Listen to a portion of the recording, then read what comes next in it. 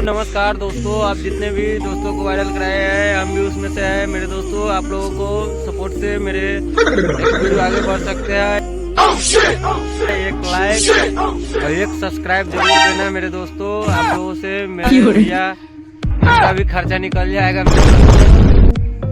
और जो अभी इधर हम सब घूमने आए हैं लड़की के चक्कर में, थोड़ा इससे बातचीत कर रहे हैं। भैया आप बताइए, लड़की के चक्कर में आए हैं? अरे भाई इतना जार लग रहा है, साला लड़की के चक्कर में क्या क्या न कर चुका है। हेलो सो गाइस, आप अच्छा लगा तो लाइक करें, चैनल को सब्सक्राइब करें ताकि आपके पास शक्ल से जितना मासूम लगता है ना मेरे भाई, और कमेंट में जरूर बताएं कि आपको कौन सा म्यूजिक चाहिए। बच्चा है। और आप सबसे धन्यवाद। जय श्री राम। आप लोग